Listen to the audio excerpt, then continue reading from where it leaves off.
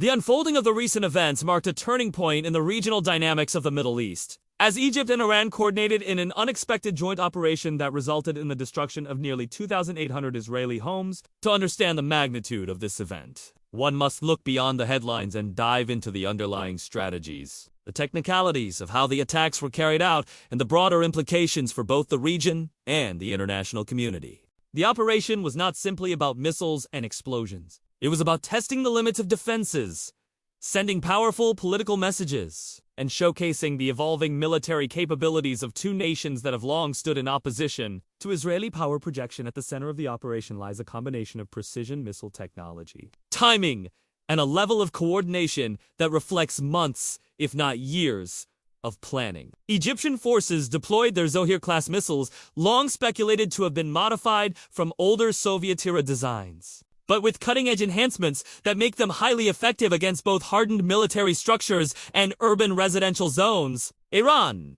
on the other hand, integrated its expertise in mid-range ballistic systems, including the well-known Fateh and Zulfiqar lines, which are notorious for their rapid launch capability and relatively high accuracy compared to earlier generations of regional missile technology. Together, these two arsenals formed a complementary strike package capable of overwhelming defensive layers and hitting targets with devastating precision. The destruction of 2,800 homes in a matter of hours did not come from a single wave of firepower, but from a carefully staged series of volleys. Initial Egyptian salvos acted as suppression fire, intended to force Israel's Iron Dome and David's sling systems into rapid engagement, burning through their interception stockpiles. By saturating the skies with dozens of projectiles, Egypt essentially created an opening for Iran's more advanced missiles to slip through the gaps.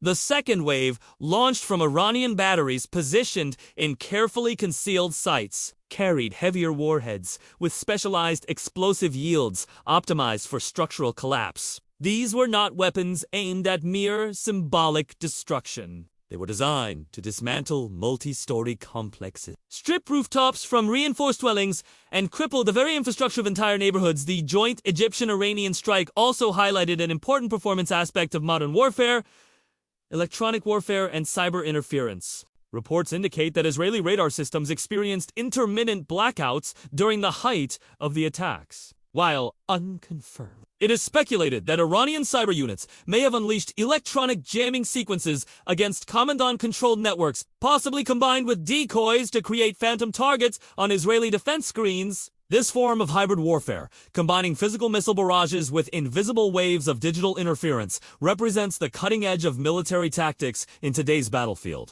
It is no longer just about firepower, but about who can control the flow of information in those critical moments. For the residents who watched their homes crumble, the statistics and technicalities matter little compared to the raw devastation. Yet, from an analytical standpoint, the destruction of 2,800 homes in a highly urbanized area serves as a stark reminder of how fragile modern urban environments can be when subjected to the combined might of advanced precision strike systems, concrete, steel, reinforcement. Even underground basements designed for civilian shelter, all of these design elements proved insufficient against warheads engineered to penetrate and destabilize entire structures. Observers noted that many of the collapsed homes shared a common feature: they were built in tightly clustered zones. This density, while beneficial for community life and efficient land use, became a liability when subjected to cascading explosions, as the collapse of one structure often destabilized those adjacent to it,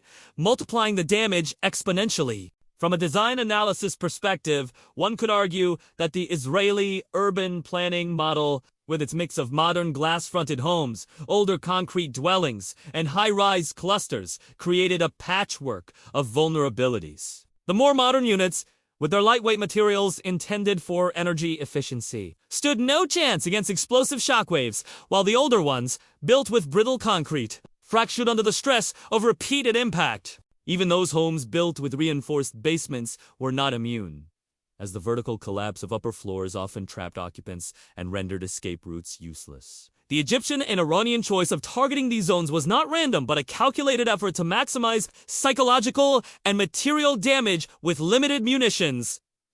One of the unique selling points of this coordinated attack If one were to analyze it in terms of military innovation, lies in the timing and psychological sequencing, unlike isolated rocket attacks of the past, which Israel had grown accustomed to repelling. This was a rolling offensive that exploited every weak point in defensive readiness. Just as the first wave was intercepted, the second wave arrived with different trajectories and payloads. Just as an emergency response teams mobilized to the first collapsed neighborhoods, a third set of missiles struck roads and intersections, cutting off access and amplifying chaos. It was less about sheer numbers and more about the rhythm of impact, a deliberate attempt to create a sense of Another striking feature was the choice of Egyptian air platforms to supplement the strike, while the bulk of the damage came from missiles. Egyptian drones reportedly played a supporting role by conducting reconnaissance, feeding real-time imagery back to command posts, and ensuring that secondary waves could adjust their trajectories for maximum effect. Iranian technology in drone warfare, already tested in other conflict zones, seemed to have been shared in this operation, giving the coalition a sharper edge. The drones were not necessarily armed but acted as airborne eyes, extending the precision and effectiveness of the missile barrages.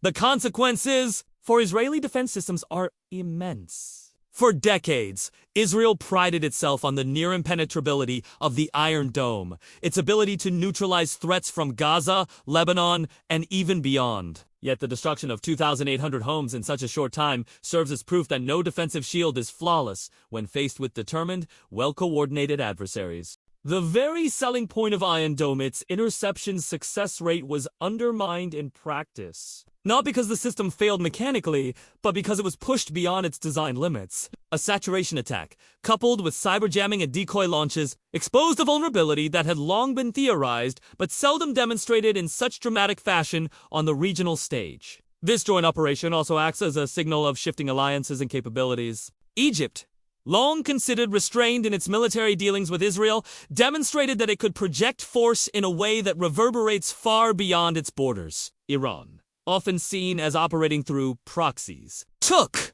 the bold step of direct engagement, showcasing that it possesses not only the hardware, but also the logistical discipline to coordinate with another state actor in real-time strikes. This is not the sporadic guerrilla-style warfare of the past, but the emergence of a new axis of military coordination designed to challenge Israel on multiple fronts simultaneously. From the perspective of performance assessment, one could argue that this operation was not just about the destruction of homes, but about testing battlefield doctrines. Every missile launched, every interception triggered, and every neighborhood hit provided a trove of data. Egypt and Iran are undoubtedly analyzing the speed of Israeli responses, the resilience of civilian shelters, the effectiveness of cyber interference, and the thresholds of panic in urban populations. For them, this was as much a live-fire drill as it was an actual offensive. Giving insights into where Israeli weaknesses truly lie, the economic impact of losing 2,800 homes cannot be overstated.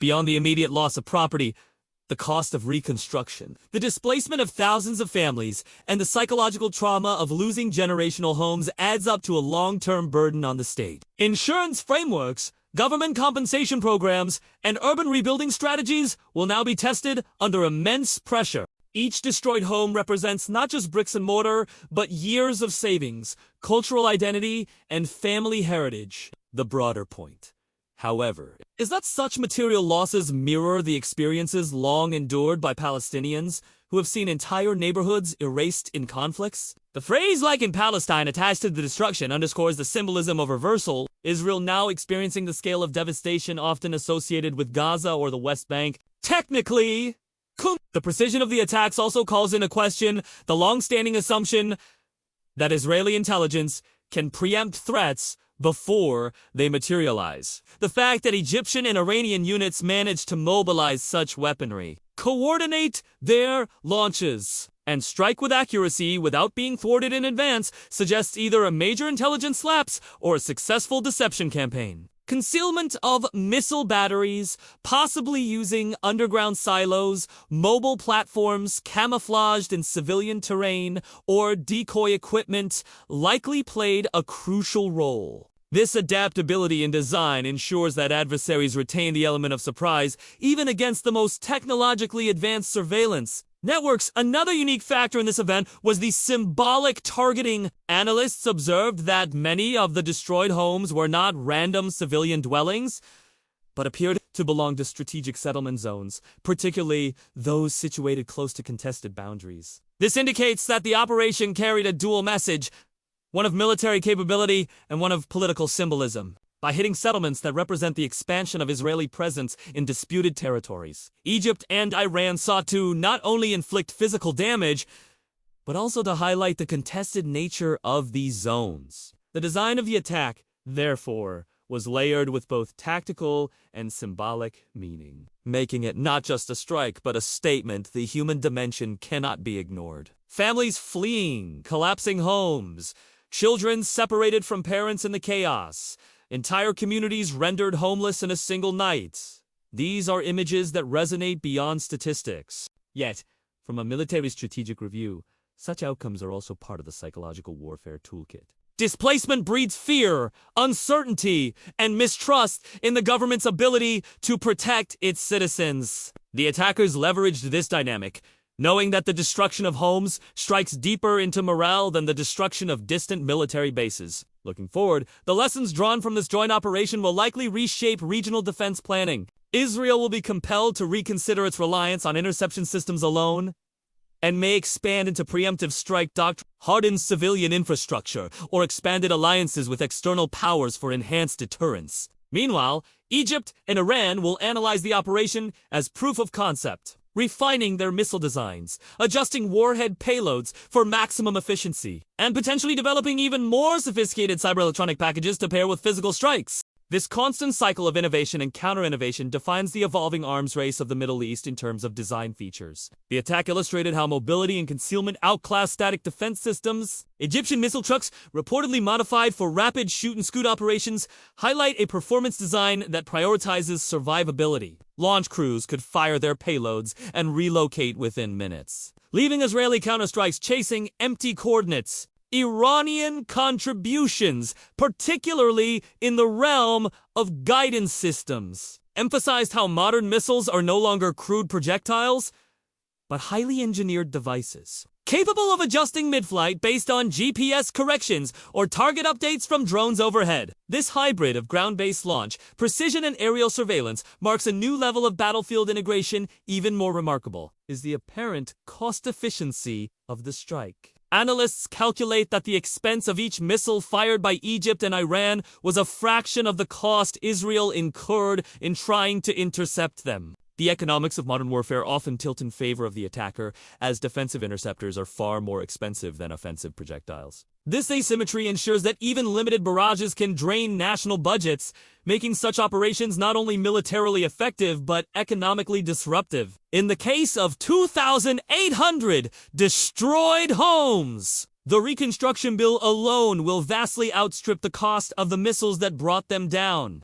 The aftermath of the attack reverberates through international discourse. While some nations condemn the destruction, others quietly take note of the performance metrics. Military strategists across the world are dissecting the event to glean lessons about the future of urban warfare, missile saturation tactics, and the role of electronic interference. Defense industries will see this as a real-world case study, informing the design of next-generation interception systems and civilian shelter architectures. In this sense, the attack becomes not only a regional event, but a global reference point for the evolving art of war.